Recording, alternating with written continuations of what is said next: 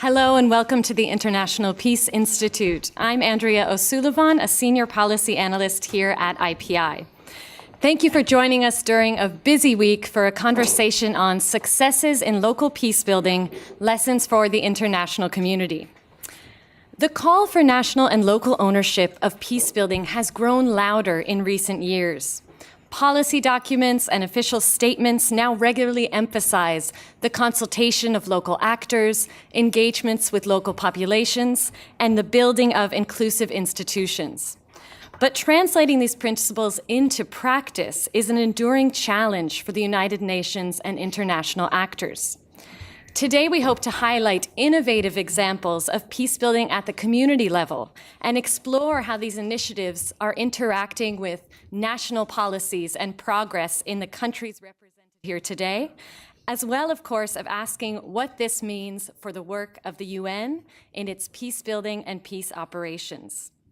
We're very lucky to have been joined by an experienced group of civil society representatives from around the world. You have biographies of them with you, so I'll just introduce them very briefly. Starting down at the end, we have Bernardo Arevalo de Leon, Senior Peacebuilding Advisor at Interpeace, who joins us from Guatemala. Next is Martine Ikomo-Sonier, who has founded her own youth organization in the Central African Republic, where she also represents the Global Partnership for the Prevention of Armed Conflict, or GPAC, as well as Peace Direct. And beside me here is Adrian Nyangabo, the co-founder and coordinator of Healing and Rebuilding Our Communities, a reconciliation organization in Burundi. Next, we have Luis Simones, the director of Belun, a conflict prevention and peace capacity NGO in Timor-Leste. And finally, we have Uli Keita, the regional representative of the West African Network for Peacebuilding in Mali. These speakers, as well as a couple other civil society representatives who are here in the room with us today, arrived earlier this week for a consultation with the ongoing review processes, the UN peace operations and UN peacebuilding architecture reviews. And yesterday, together with some New York-based peacebuilding NGOs, they met with the high-level panel on peace operations and the advisory group of experts on peace building, where they presented experiences across three themes: community engagement, responses to local peace and security needs, and broadening participation in peace processes. So in this year of reviews, we know that one thing is clear: of conflict settings today and the frequency of relapse into violence require new strategies to build peace around the world. So without delaying any further, let's turn to our speakers to learn about the strategies emerging in their own work. I'd like to start down at the end with Bernardo and really ask you about what's bringing us all here together today. Based on your work in Central America, Latin America, and globally, why does local participation matter for peace building? Thank you, Andrea, and good afternoon to everybody, and thank you for being here. Participation matters because it's fundamental for the process of building peaceful societies. Peaceful societies, sustainable societies that live with sustainable peace, are societies that have managed to bring together state institutions and structures of authority with the population in a relationship of trust and legitimacy. Authorities that are recognized by the population, and a population that feels not threatened but assisted, helped by its authority and by the state institutions. The process, what we call all the peace works, peacemaking, peacekeeping, peace building, etc., are the ways in which the international community intervenes in the processes, which are historical and local processes through which these societies are evolving and developing these institutions and the relationship between the institutions and society.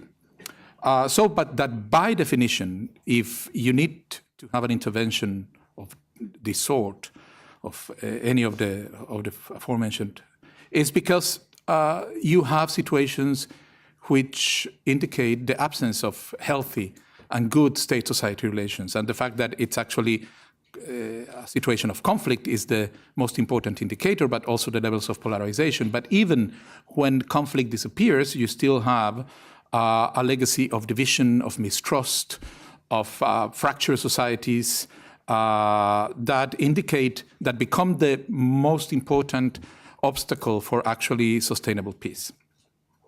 So in these contexts, participation is a fundamental tool to try to reach out to the different elements in society and facilitate processes through which all these different sectors, which are divided by mistrust of whatever nature, political, ethnic, religious, etc., can come together around a new set of ideals, goals, plans, a will to stay together in a way that then contributes to the development of healthy state-society relations. So fundamentally, participation should not be done out of political correctness, should not be done because, we come from the West, or we come from democratic societies, and in these democratic societies, we have learned that the principle of participation is fundamental in terms of civil society, but because it's an actual tool to help cut the cycle of violence that you have in these type of societies.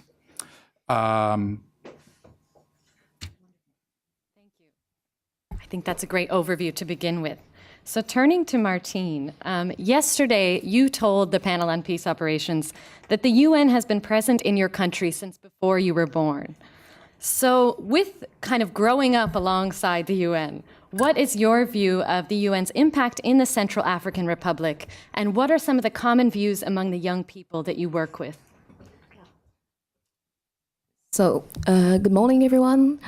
Okay, so to answer to your question, first of all, I would add that I'm a pure product of United Nations, really, because in 1996, I was 6 years old, and UNDP came to my school and said that we have to go to sing to the National Assembly for reconciliation in Central African Republic, and it created something inside of me. So I have UN have a personal impact on the woman that I am now, somehow. And to go back to your question, I would say that UN in Central African Republic today, since a while, is working with short-term programs. They are implementing short-term program, and it's not really a solution in the country, because more and more we realize that the country needs a long-term approach. And I'm working with young leaders in Central African Republic, and they shared with me their needs to really have a long-term approach and long-term partnership with United Nations. The view of those young people on UN is that UN is too far from their realities. UN is not close. Okay, I'll go in a simple way. UN is the high level, and they are to the down level? How you say it like that? Low level? They are to the low level. So the thing is that they really need to recreate a partnership with United Nations, but this partnership should be in a long-term approach. And I think that's also the need of Central African Republic, because we have this problem of, UN, I think for me, UN have this problem of institutional memory.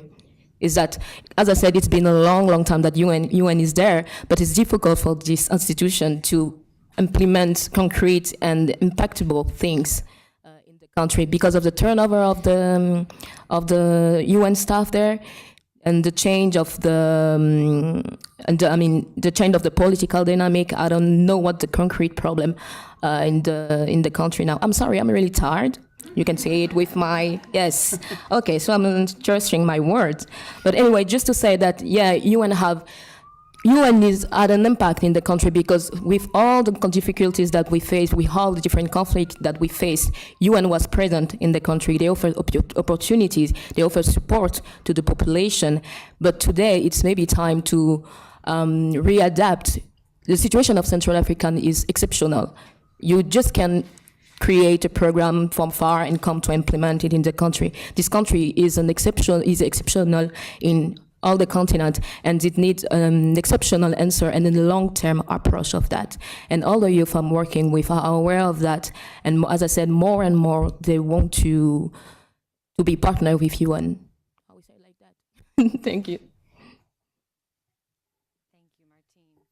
And turning to Adrian, your organization, Healing and Rebuilding Our Communities, works for this type of generational recovery and change that Martine has told us is needed in the Central African Republic, in her country.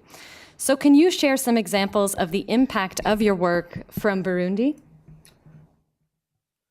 Thank you very much. Yes, as you may know, Burundi is one of the countries which have faced massive atrocities, especially after 1993. When we experienced the first democratic elected president being assassinated.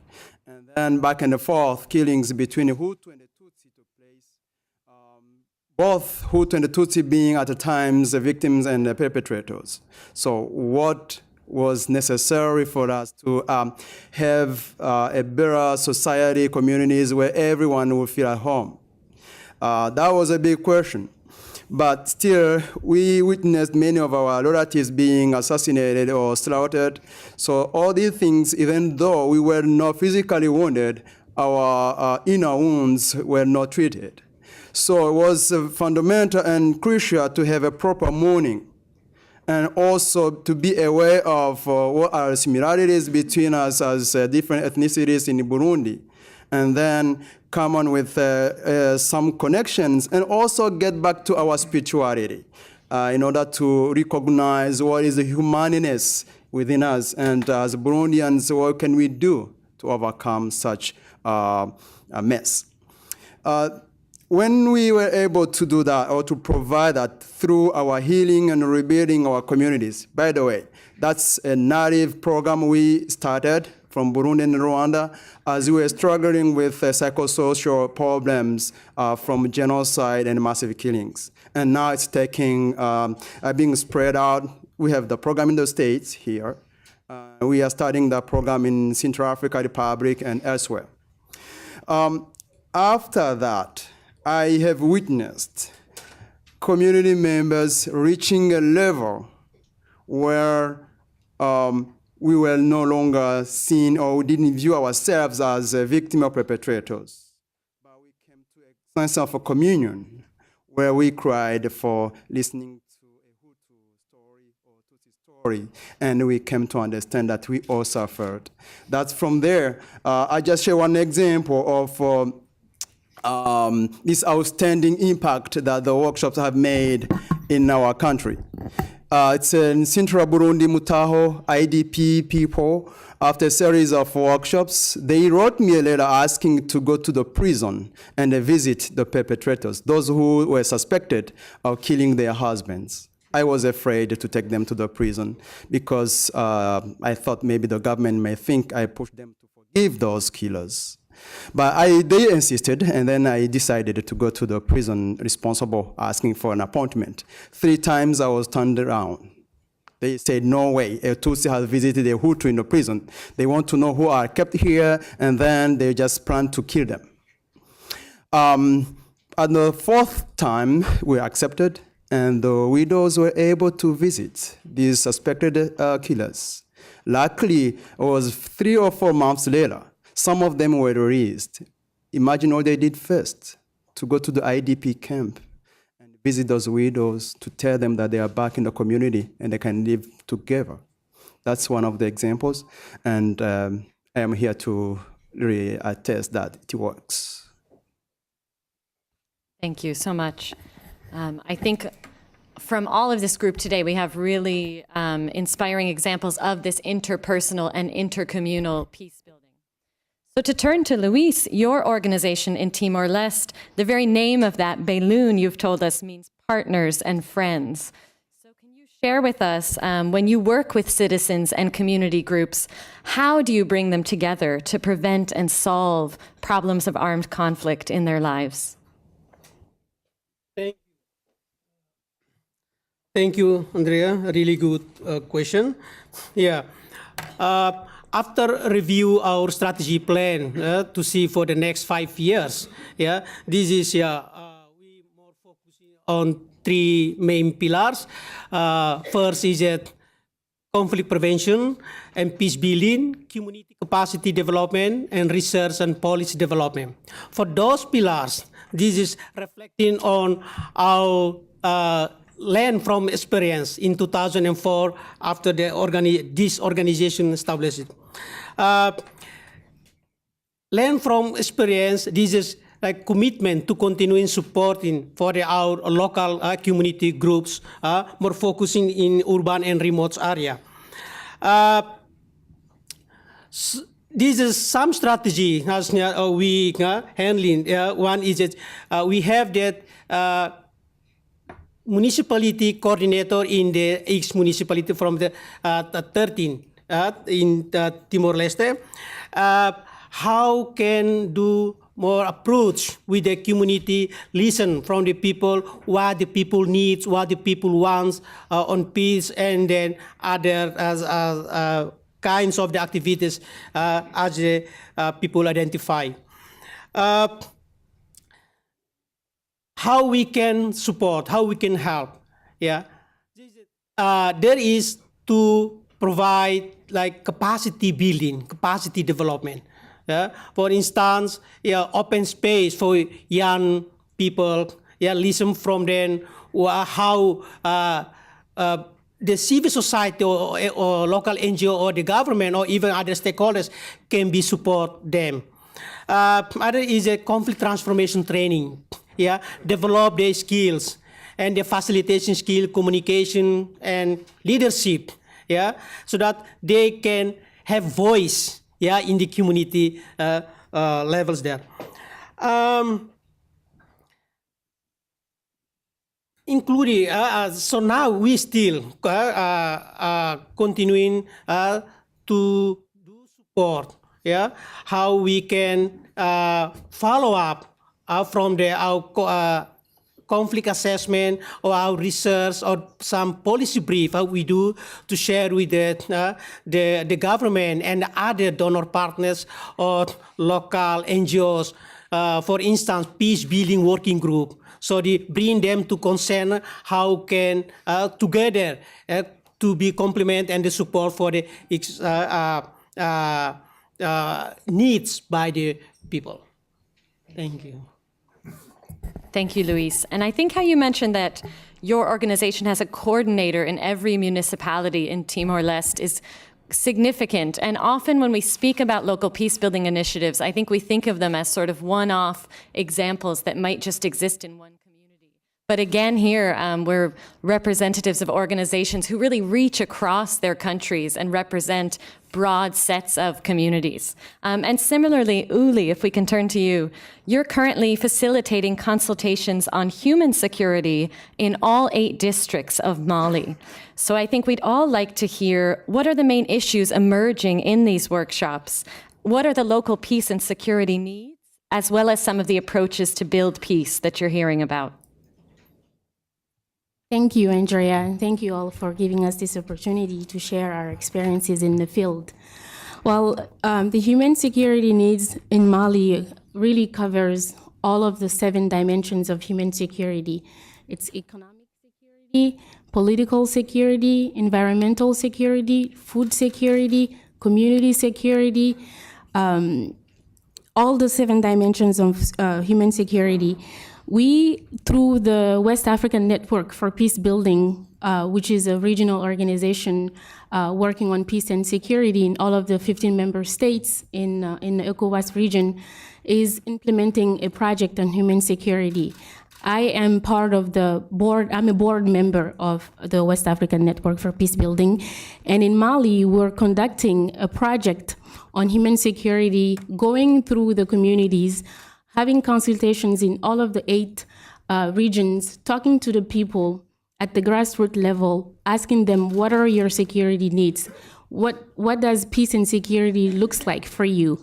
And through those consultations, they would tell us what their peace and security needs are and how they see those activities being implemented in concrete peace-building solutions.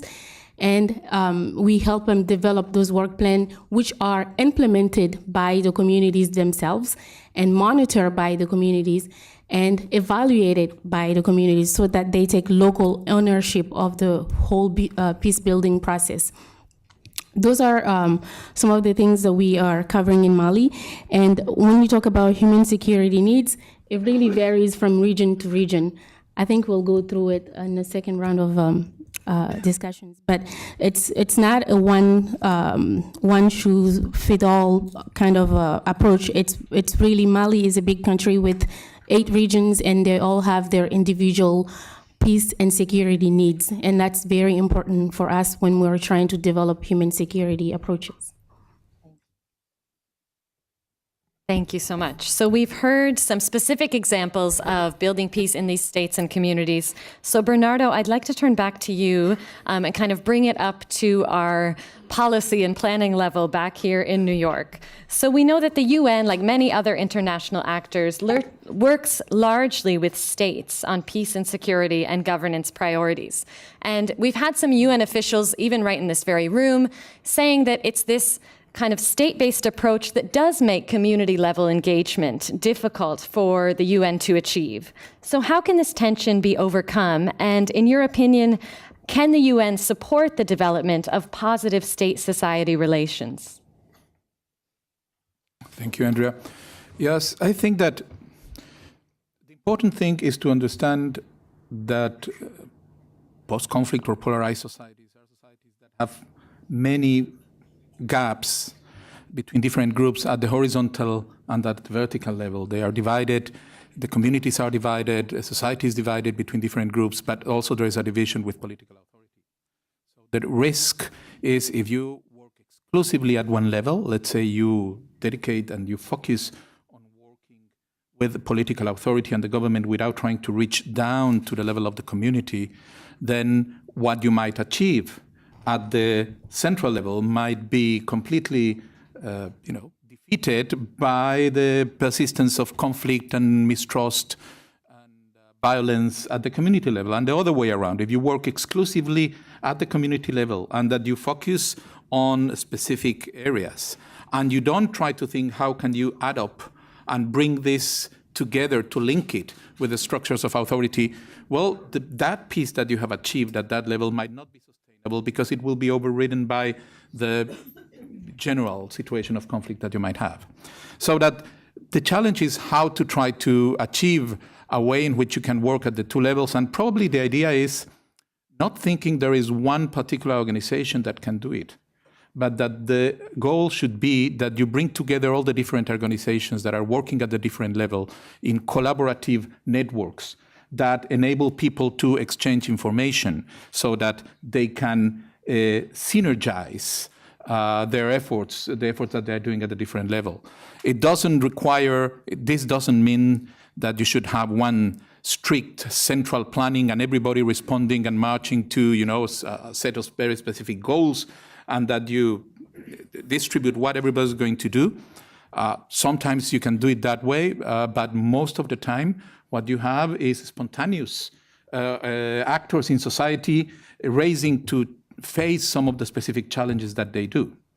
And the way is how to connect, for example, the work that is being done in Mali at the national level on security, together with the work that is being carried out by the United Nations in assisting the government. And how can you provide inroads into other work that is being done at the different level, etc. So the point is how to create structures that are flexible and adaptable and that can bring all the different actors in state and in society that are working around this issue. And this is something that the international community and the United Nations can do by creating spaces in which all these different actors can converge, but with an open attitude so that everybody, there is no the intention or the threat of bringing everybody to toe one line, but to allow a space for collaboration and synergy to emerge. Thank you. So we hear there about kind of embracing diversity, having inclusive mechanisms, and really looking toward these collaborative networks. And Martine, so if we can go back to you, I think it would be great if you can tell us more about your youth organization, URU, and then also drawing from that experience, how could the UN mission in your country, MINUSCA, kind of embrace these collaborative principles and have a greater impact? Uru means takeoff in Sango. The aim of this organization is really, we are there to promote, support, and develop youth organization. Another way, URU is an association working for association. Is like we create this organization because we realize that young people are doing amazing things in this country, but no one is talking about it. Even the communities are not aware of that. But it's something that we can use to build the future generation, to show that even if you are young, it's difficult for you to find a job, it's difficult for you to have a normal school system. You are amazing and you are doing a pretty good job, and everyone needs to know that.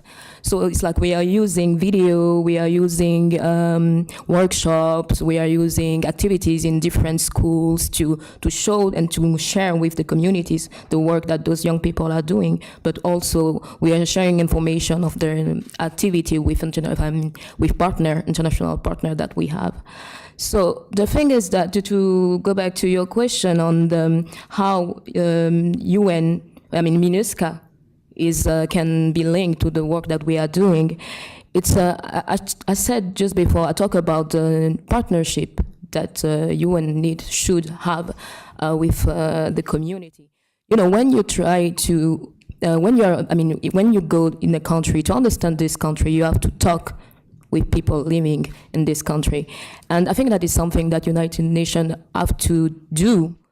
The institution have to open a new door in Central African Republic, not just talking with institution. When you know that in Central African Republic, our institutions are so weak, and there's a mix also of personal interest in those institutions that are far from reality of the population. So the thing is that UN should go back and try to talk, go a bit down and try to talk, to open the door to those population outside of institution, because I think that they are living the realities of this conflict. All those people that you have upstairs, most of them are really far, as I said, of the concrete reality of insecurity and humanitarian needs and others. So I think that to go back, listen to the population, to open new doors, I think they would be really helpful for the country, and it would feed the work of UN in Central African Republic. Thank you. So turning back to Adrian, you described for us this real person-to-person reconciliation, and I'm wondering, how could that be carried out at higher levels, and does that have an influence over national and global peace building? As a leader is expected to be a model, it must also be applicable to the healing and trust building.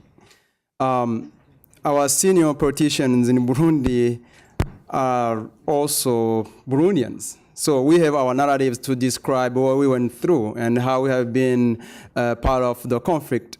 So currently, many of them are orphans of 1972. How are they wounded? How are they healed? So to be able to provide such trust and healing in the country. Just sometimes when I hear, I work on the grassroots level and we do a lot of activities there, and we listen to speeches from our leaders and so on. Many times people are laughing at what is said on TV and radio about, from these leaders. There is a long way that grassroots people have made, but our leaders still stuck in stuff we do not believe in anymore. So I would wish, I don't have capacity as a hero. It's a grassroots organization. I don't have capacities just to set these standards for high leaders to come to my workshop, but I would plan and advocate for any organization which would be able to provide such space. Frankly, they also need healing. No way a bleeding heart can lead a nation. We all, 100% Burundians have been affected by the conflict. We also need to go through healing. That's a must for a better and a sustainable reconciliation in my country. That's why I can say I am so often surprised and shocked. For the last 10 years, I have been doing this community healing and reconciliation. No NGOs or organization have come to Burundi to do this national healing program. Why? Because there is no maybe these indicators when you are evaluating this. Okay, how many houses this organization has built? It's easy to count, 10,000. 25. But when it comes to asking how many people have been healed from this and that, I say, But we do here, and we need to trust that there are ways to provide such a kind of work that can produce really tangible impact on the ground. So I will call on everyone who does such community healing and reconciliation to provide space for healing in Burundi. We are now approaching these elections. For those who don't know, it starts in May. And there is this struggle, saying who's going to be the candidate for this and that? Who's going to just be in the parliament? Just because we have so much mistrust within ourselves, we are still carrying this hatred. And what will be the outcome? Only God knows. Thank you, Adrian. And I think that's an issue that we often hear about from local and even national, and even some of us working in international organizations, that donors have increasingly even required local engagement and interaction, but those are not always things that can be measured. So I know there's a lot of conversations going on about measuring human security and how do we find a way to support this work without having to count the number of houses, as you said. So turning back to Luis, again, you work to build relationships among communities and peace-building groups. How can relationships also be built between these groups, these citizens, and their government? Yeah, as working with the NGO, building relationship, building coordination, building trust is very important. Yeah. For civil society. So in terms of the building relationship, how to link community and the government or other stakeholders. This is one strategy is that build or establish the network to respond to the community or people initiative. Yeah. For instance, conflict prevention response networks in the community level. This is one community peace resource. Yeah, how can they can come together, they can talk in, they can listen for each other. What kind of the priority they will be implement. Yeah. How this network also include how can link it with the government body in the local level, yeah, agriculture or health, education or security institution. So those government body, this is how can more, create the relationship with the people in the rural area there. Other is that, of course, is that we also developed a partnership agreement with the government, Secretary of State for the Security, and then Minister of Social Solidarity. Yeah, to this is social cohesion problems there. This is how we can follow up with the local people there, and then how can bring them that this is it like legal collaboration, yeah, with the NGO and then government, yeah. That means complement a joint collaboration or co-activities. So how can the civil society, if you lack with some resource, how can government support, come and they talk with the people? Even for the community need the water and sanitation, community need the agriculture, about the seeds, community need the peace. So invite those government leaders, or including traditional leaders, to come and talking with the people there.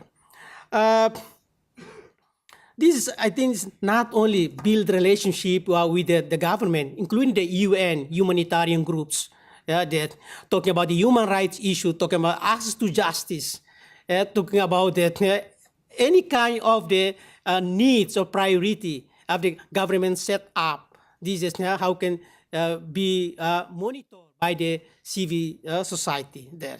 This is involve us there. So the network in the community level, this is how can bridge bring people, how can talk with the community policy council there, talk with the village council there, how can easy to approach with even for the district administrator or the other community or the government leaders in the municipality level. So I think, again, we hear a theme around the importance of networks and developing community-based networks for communication, to bring messages together, to have a sort of common stream to work up to government level. And Uli, to return to you and back to the human security issues that you began describing for us, one thing that we've been discussing with the panelists yesterday and over the last few days is, what would a human security approach mean for the UN and its mission in Mali? Andrea.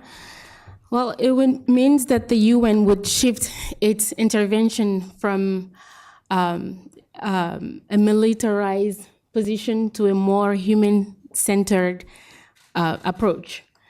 In doing so, they'll have the needs, they'll assess the needs of the local people, their peace and security needs. They'll be close to the people, and they will implement activities that are responding to the needs of people. Of course, the military response in this case, in the Mali case, is necessary because of the changing nature of the conflict. We started from just a group of rebels in Kidal in Timbuktu, revendicating some political issues, which turned into a more complex crisis now with terrorist groups such as Boko Haram. You have Al-Qaeda, you have the foreign fighters from Libya who have now all taken part in the conflict, making it a very complex situation. And so now, yes, we need military intervention, but it needs to be accompanied by a political dialogue. And so if the UN can engage with civil society organizations through these consultations, they'll have a better sense of what the local people need in terms of peace and security. And there's room for the UN to do so because we're getting into the signing of the Comprehensive Peace Agreement this month. And so they can take this as an opportunity to go to the communities and engage in consultations with them, identify their human security, and then target their interventions based on those needs. And so this will, I think, will be a better approach. It'll have local ownership, and people will really feel more comfortable handling the situation and working with UN because, as you can tell, we're not very, when I say we, I mean the local communities are not too comfortable right now with the position of the UN. And when I say UN, I mean MINUSMA, the peacekeeping operation. People don't trust them. There are so many things that went wrong with the mission. And so the UN needs to take advantage of this window of opportunity to change things and really change their image and their interventions in the ground. And so that's what I think. So once again, I think we hear from Uli that there are these challenges, and we come together here and often discuss these big challenges, but these panelists, I think, are special because they're telling us here are the constructive opportunities, both for the UN and for civil society, to have a bigger space and to work together. So I want to go ahead and open it up to questions. So we'll take maybe 3 questions at a time and turn back to the panelists. And please, this is being webcast. Please identify yourself when you ask your question. So start. Ann Phillips. I'm a member of the board of directors of IPI. I must unfortunately leave. I have another commitment, and I don't have a question. I hope, well, it's not important. I want them to hear me. As I said, I have to leave. But before I leave, I just wanted to thank you all very much for being here today. And I am so impressed with each one of you. The commitment that you have and the effort you are making to make the world a better place really and truly gives me some hope that perhaps my children, my family will live in a better world. And I thank you all so much for what you're doing. Lots of good luck. Thank you, Anne. I have a question, but I wanted to express that to you. So I saw a question right behind Anne. Hi, I'm Alice Pucesso from the EU delegation. Firstly, thank you for your diverse and interesting presentations. I was wondering if you could elaborate a bit more on gender issues and women participation in peace building, since we haven't heard anything about that, and especially since it comes along with the 2 reviews that you mentioned, the PBA review and the peacekeeping operations reviews. Thank you. And we can take one more question over here.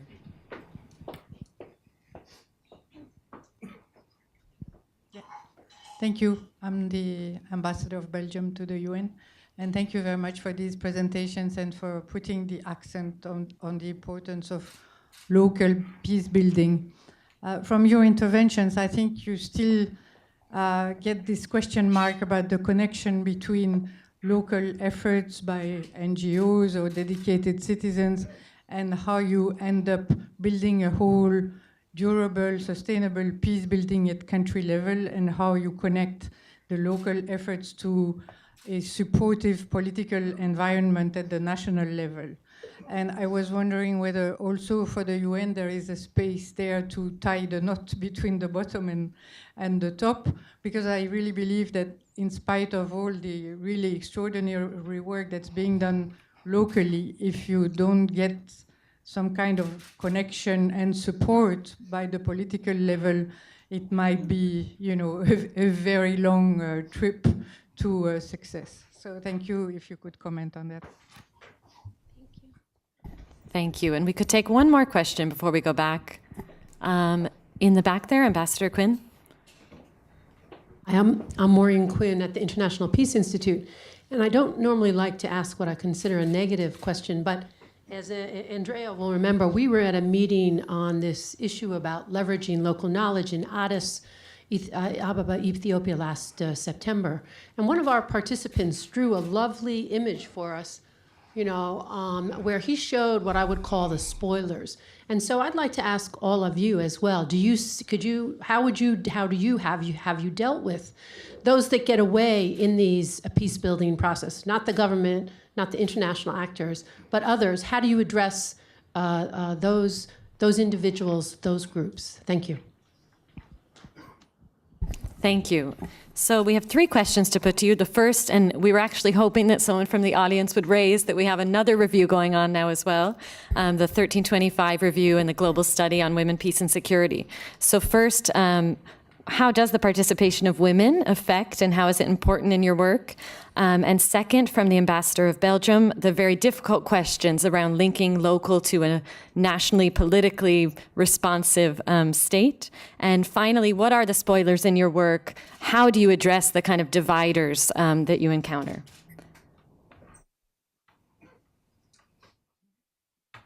I can go first.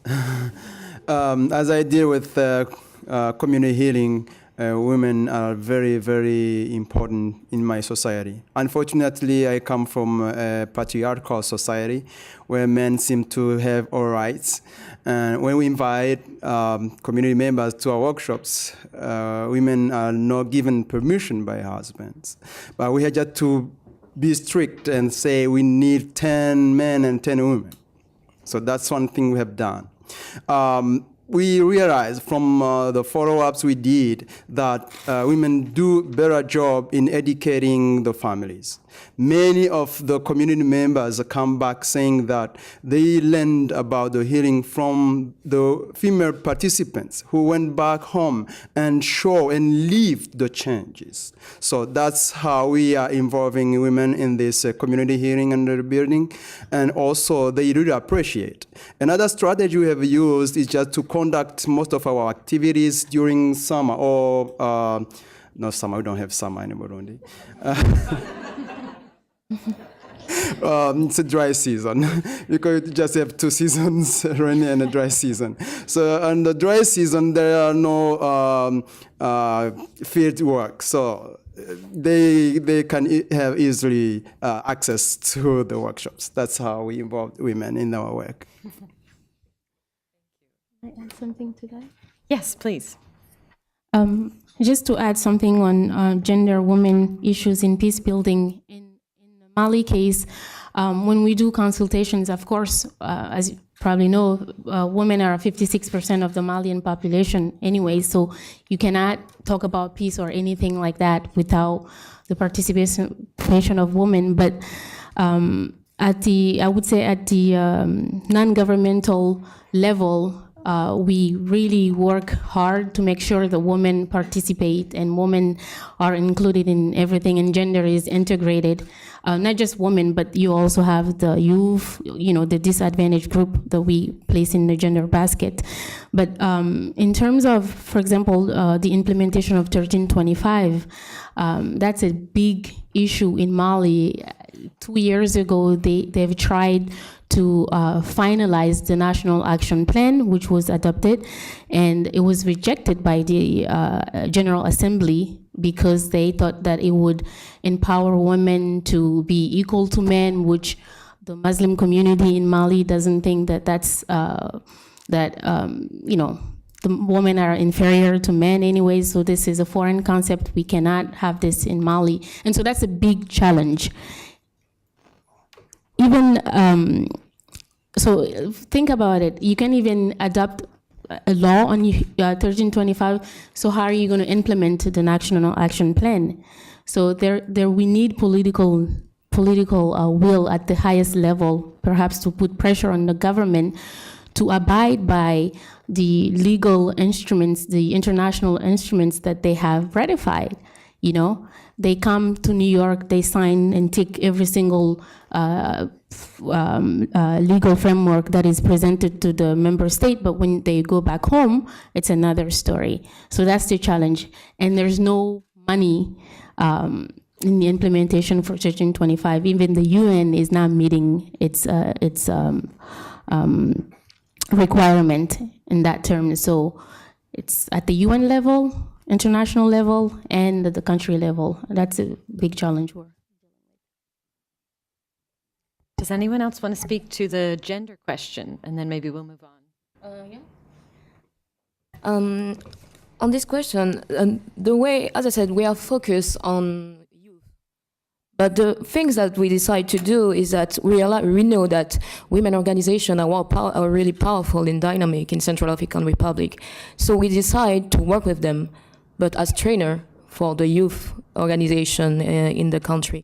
And it was something really interesting to see that some of our members in the organization coming from rebels group and militia and other. And at the beginning, they had a problem with the fact that women can train them and learn them something.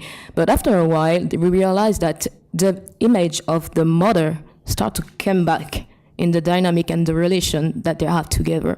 And we see that it was training with those women leaders was better. I mean, they said that they learn more by working with those women than to work with man and another. So for us it's really interesting to see that women have an impact at their own level, but it's also possible for her to develop their capacity, not their capacity, but to have an important impact on the work that young people are also doing, by supporting their own activity, by supporting activities of those young people. And the other thing, just linked to the current situation in Central African Republic, is that women are, as I said, they are really powerful, and they start to, they are the ones that start to really recreate the relation between Muslim and Christian there. And it's really important because most of those women lost their husband, mainly Muslim women. They lost their husband, they lost their children and other, but they are the ones that show to the society, that to the communities, that they have the heart to forgive and they can work together as women to go forward. Martine, and I think a few of the interventions there around promoting women and gender equality can also speak to that question of what do you do when you meet resistance to these types of progressive, peaceful agendas. Bernardo, did you want to comment on any of the questions, I think? Yeah, on the issue, on Madam Ambassador's question, I think that certainly what needs to be done is for the international community to think, as international community, when they go into a country, how can they provide the space for this connection to happen? Sometimes the United Nations will be able to do something about it. Sometimes the United Nations is not necessarily the actor that is going to be able to do. Sometimes the international community, any representation of the international community is going to be able to do it effectively, and therefore it's always better to work through local capacities, etc. So I think that what is important is that as long as the principle is kept in the agenda and really attentively thought of, not as an add-on but as a strategic element on how to stitch together the fabric of society, the solutions can be multiple, can be sometimes the United Nations, sometimes can be a powerful donor, and sometimes, and ideally, should be by building on the capacities that already exist in civil society in those countries. Thank you. And Luis, did you want to add anything to these questions? Yeah. I think it's an interesting question. Yeah, in terms how to connect the local level to political level, national political level. Yeah, from our experience as an NGO, working with the closely with the community, is one priority is that to see the movement community in the border area. Yeah, so there is land issue, land dispute between Timor-Leste and Indonesia. So people living around in the border there. Yeah. How we can connect to the Minister of Foreign Affairs, how we can connect that with the community police or even the border control or immigration, and then to develop a policy.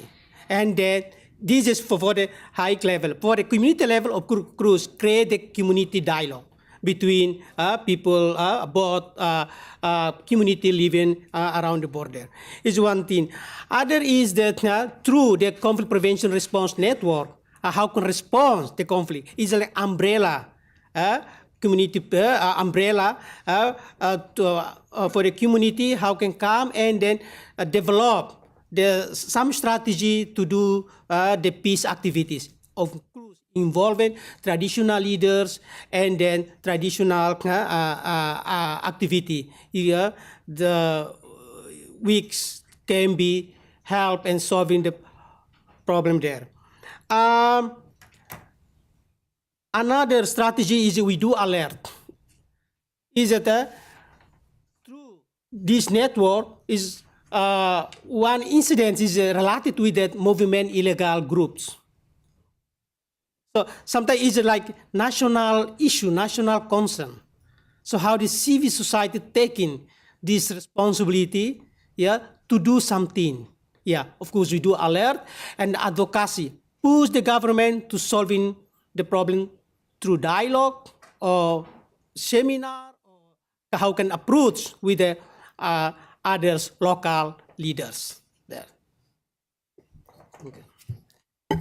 Thank you. And that goes to one element that we've been discussing over the last couple of days, which is when do governments get to the place where they start implementing what are sometimes called infrastructures for peace, whether this is a youth parliament or these kind of explicit measures to increase participation.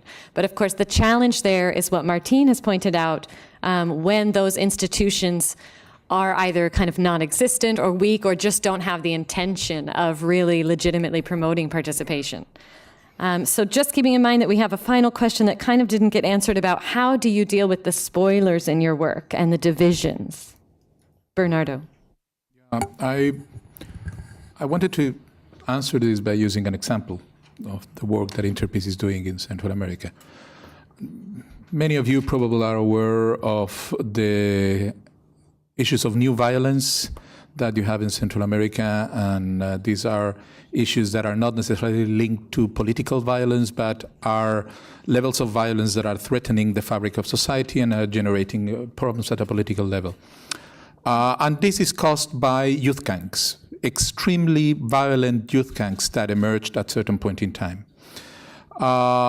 When the society began to feel the impact of the extreme levels of violence that these youth gangs were exercising, and has to be mentioned that at certain periods there were more young people dying out of this type of violence that they died during the Civil War.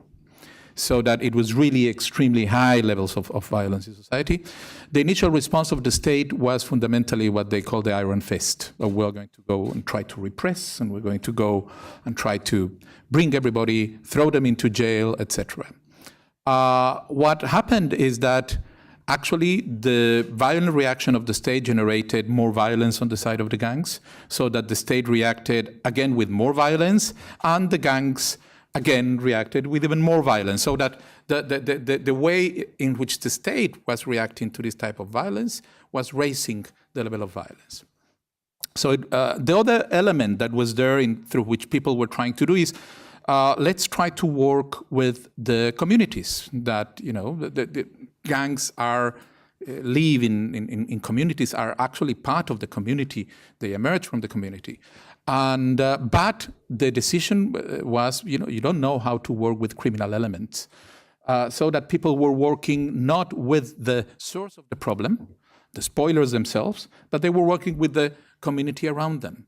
So what happened is that the actions of the spoilers defeated the efforts to try to generate effective violence prevention because they were not included in it. A couple of things happened. In 2012, the government very discreetly fostered a truce between the two main gangs. This is a truce between the gangs because actually most of the violence was the result of their infighting, one gang fighting the other for territory and control of the territory. That created a period of a very dramatic reduction of violence, which was seized upon by some groups and political authorities at the local level to try to address this within their communities. So the agreement was at the national level between the gangs, but actually the problem was how to make this work at the local level, where you have the people fighting for a street, for a block of the town, etc. And that enabled the municipal authorities to try to reach out with civil society to find ways through which they could establish channels of communication with the violent gangs. When they have done this, and they have been doing this since 2013, so it's relatively recent, but it's already there as a process. they have succeeded in bringing the gangs into a process in which they participate in defining what needs to be done in order to stop violence. You don't try to stigmatize them, but you tell them, so what do you need to stop violence? And they said, well, we are violent because we need to control territory, and we need to control territory because that's the source of our income in a society that doesn't have much work on different issues. So what the municipality did is that it went out then with civil society at the local level and at the national level, and sometimes with the support of the international community, and began to generate programs, economic programs that will work together for the family, for the gangs, or for the families of the gang members. And that has enabled those communities, and there's still, there are 11, they call themselves violence-free communities in El Salvador, to actually really begin to think on sustainable mechanisms for peace. But that has been able, they have been able to do it exclusively because they actually reached out and included very violent, there are criminal elements, there is no question about it, but instead of approaching it from the perspective of a criminal problem, they approach the problem from a perspective of social problem.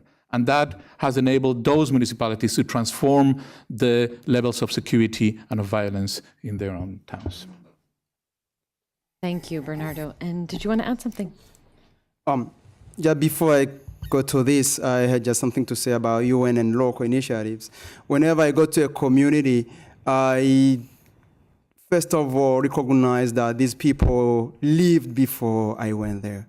So I'm not going to an empty box. So I go there looking for a contribution I can make. So if the UN, when they come to a country or community, they would have in their plans that they are going to meet people who have been living there. They have been struggling for sure, but they go looking for complementarity and using some of the expertise on the ground. That I join Marcel Mauss, who say that primitive thinking is not irrational. It's logical. Coming back to spoilers, with the healing practices we use within our HEROC program, we believe that in everyone there is good thing to base on. Maybe these people we call spoilers, they have developed such a kind of mechanism to protect themselves. So one of the ways we used to overcome that was to point some of the people who were written or who were not helping us to do our work at the beginning and attended the workshops. I tell you, many of them have been our ambassadors. They went back in the community saying how HEROC is good for both the Hutu and the Tutsi. Because at the beginning, we viewed like people who want just to betray the government by bringing Hutu and Tutsi together, discussing about what happened and who did what and on. But they came to say these workshops are for good in the communities. We need to offer more space for them. So if we can be courageous enough to approach those people labeled as the spoilers and talk to them, they can be tools of change. Adrian, I think those last two answers really showed us some of the complexities of the inclusivity that we talk about so much, but the importance of realizing it in practice. Matthew Scott, I saw a hand raised back there for our next round of questions. Thank you, Matthew Scott with World Vision. We've heard both of these impressive successes, also some of the challenges were mentioned. The tokenism that can often come with listening to local peace-building efforts, check the box, yep, done that. Some of the turnover challenges with frequent changes of the key personnel in organizations like the UN make it difficult to create a sustained relationship with local peace builders. Perhaps you could offer some examples of your own practices and your own experiences that have broken through some of those challenges, that have overcome the tokenism or have overcome the challenge of just knowing how to talk to local peace-building actors. And another question up in the front. Hi, Camilla Campisi with the Quaker United Nations office, and I've had the pleasure of spending the past 2 days with our speakers and with others who are here in the back. And one of the most interesting experiences for me was actually listening to you talking to each other and learning from each other. For example, Uli was speaking with Roosevelt Woods, who's in the back from Liberia, and she said, my country is where you were 10 years ago. And so I'm wondering if maybe you could share what's the most surprising thing you've learned from each other. You're all doing different types of peace building, and your countries are all in different phases. And I think the sort of cross-learning that you've had maybe these days could be interesting for others to hear. And similarly, there may be reflections on the UN's experience at these different stages that you've heard from each other as well, if you could share a little bit about that. Thank you. I saw here in the front row, and then we'll come to you for the next.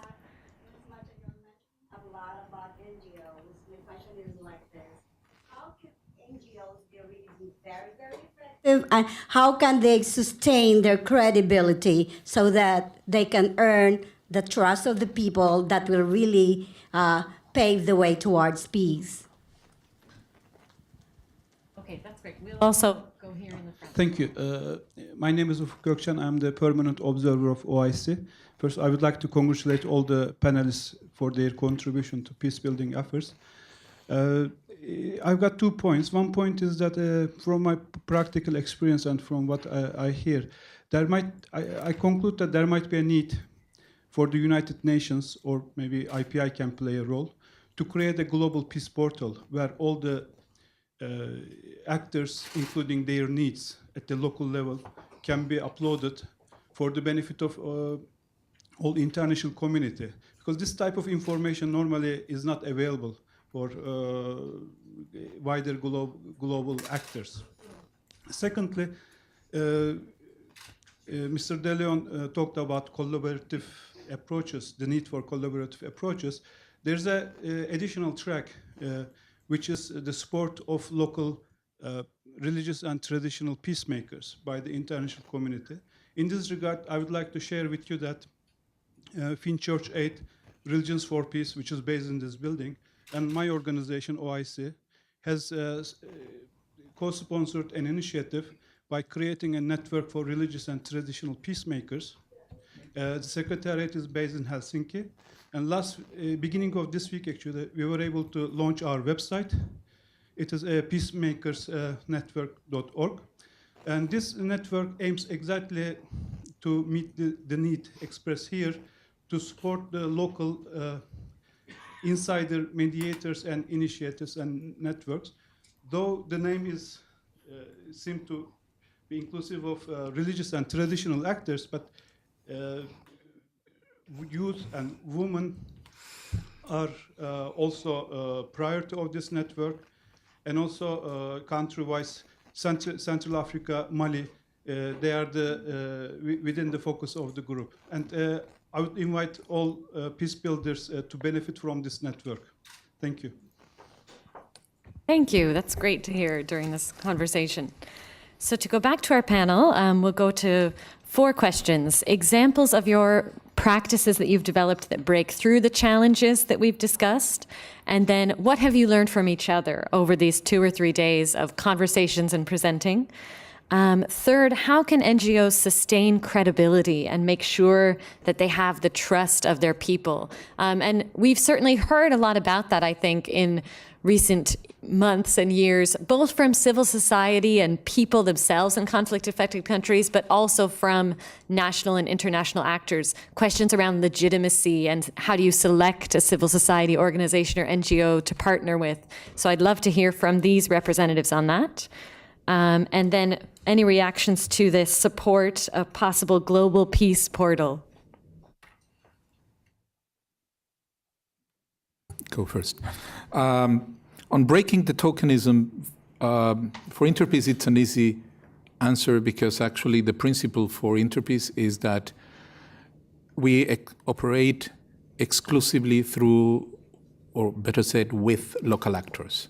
So we never move expats into a country where there is a project, etc. It always builds upon local capacity.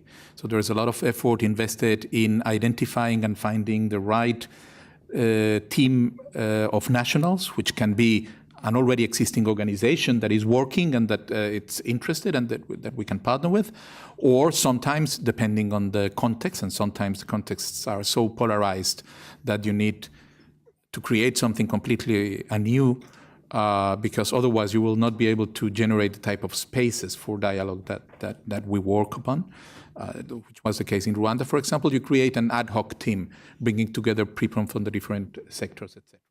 So I think that the first way to break tokenism is actually really to put the responsibility to think peace and to implement peace in the hands of the local actors. Thank you.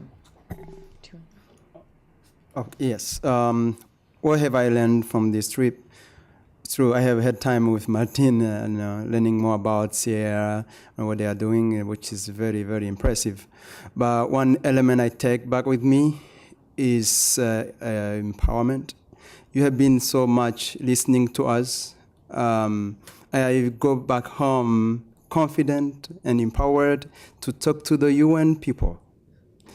I will not be afraid anymore from the checkpoint.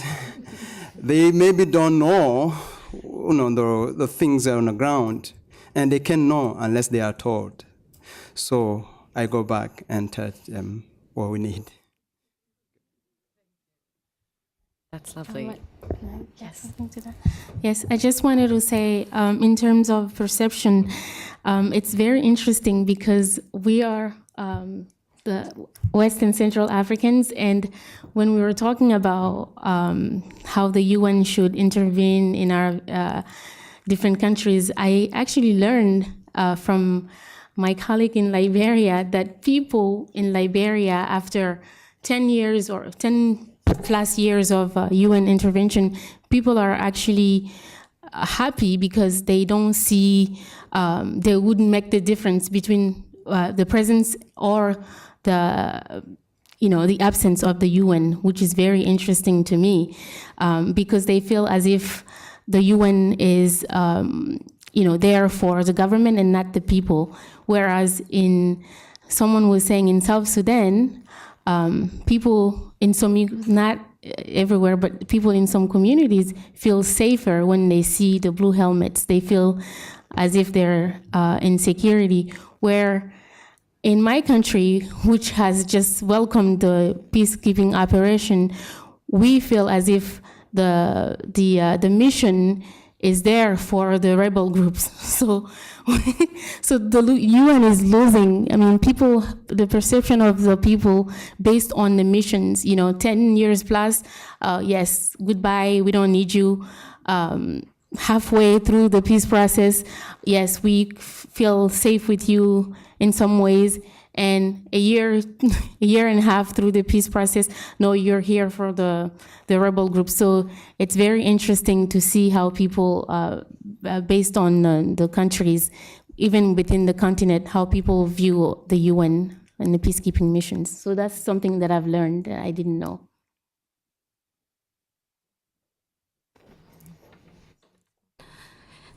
Just this point also, I think that for me, it was a pleasure to meet you all, and you're just amazing. You are doing something really amazing. And, the work that we are doing back home, it's about vision, it's about hope, it's about a dream. We want things to change, and sometimes you are tired.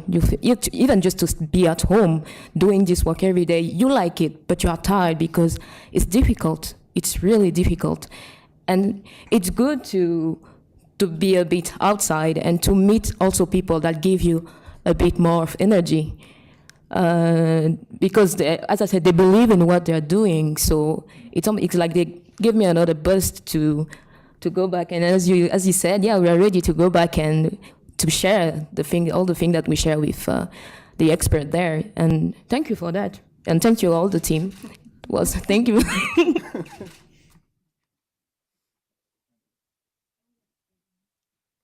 Yes, on this, and I think that I'm going to link it to the first part of the gentleman's commentary. I think that, well, you have seen already how much we learn from each other at many different levels, but I think that just becoming energized by feeling part of a wider family is very important to us. So we learn in terms of problems, how to resolve problems and strategies and tools, etc. But also we get energized by being together and thinking on decisions together. But I think that it's also very important the fact that we are here doing this together with you today, because, and that was the first part of the commentary, because what is important is to generate the communication between the experiences in the field and between what civil society is doing in the field and the international policy community which sits around the United Nations and other institutions around the world. And I think that that is a space that is not sufficiently occupied. There is a need for much more channels of communication and dialogue so that experiences and problems can be shared across that particular divide. I think it was interesting how Uli mentioned that learning from each other is also about comparing how the missions and the UN presence in these different countries have interacted with and been perceived by the people in the different settings. So that's one thing that a lot of the peace-building organizations here in New York working on these issues are looking at, is to see what are the entry points or the day-to-day points of communication for people in these countries on the side of the mission. And one thing we've looked at then, often missions will organize civil community dialogues, community mediation workshops, which is excellent in itself. But when those findings are not linked back into mission intelligence and analysis and planning, that's one of the missed opportunities that this group is helping us to really pinpoint and that we hope to input to the peacekeeping and peacebuilding reviews as well. Do we have any? I think we have time for one more round of questions, if they're there. Okay, so or back to the panel on, yes, how can NGOs maintain credibility? Yeah. Working with the NGO, of course, first we follow with the government policy. You have to register in the Ministry of Justice to recognize by the state. Yeah, and then second is that we offer our strategy plan. Yeah, as to convince the donor partners and then other stakeholders. Yeah, and then if the how can come approach meeting with that, and then how can sharing our outcomes of the strategy plan so that can bring them to interest to continue become as a partnership to support the activities. Other is it the challenges, some challenges, for us is, of course, it depends on the resource. Yeah, as local NGOs, we lack of resource, lack of the capacity. But interesting, they have the commitment how to learning more and then get experience for the other networks. Yeah, to be sustained for the long-term impact of the local NGO as well. Yeah. Thank you. On the NGO question, I think that the question is very good, because I think that as any other actor, NGOs need to be accountable in terms of what they're doing and be accountable to their own society. So this is an ongoing challenge that they have. What I think also is very important is to try to reflect on the fact that when we think on civil society, we involve NGOs as one of the actors in civil society, but civil society is a much larger body, which includes the religious organizations, which includes academic institutions, which includes private sector, which include private sector organizations, which include, so that what the use of NGOs can be when they are credible, and there are those that exist that are credible and there are those that not, and then you will recognize them, is that they actually can be a way to tap into the larger resources that exist in society in collaboration. And that's why, because when they are working on the specific issues, on women, on reconciliation, on youth, on human security, etc., they have developed the networks so that they are a good partner to work with. But as anybody else, they are subject to, including the international community, they are subject to issues of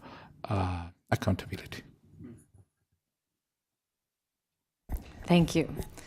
So unless there are other questions, I'd just like to take a moment to thank the partners who helped to bring these individuals here to New York. And this is organizations making up an NGO Peacebuilding Group in New York, the Dag Hammarskjöld Foundation, GPAC, ourselves at IPI, Interpeace, PAX, Peace Direct, and the Quaker UN office, as well as World Vision. And then we also want to thank the Norwegian Institute of International Affairs, or NUPI, who really provided support around this as well.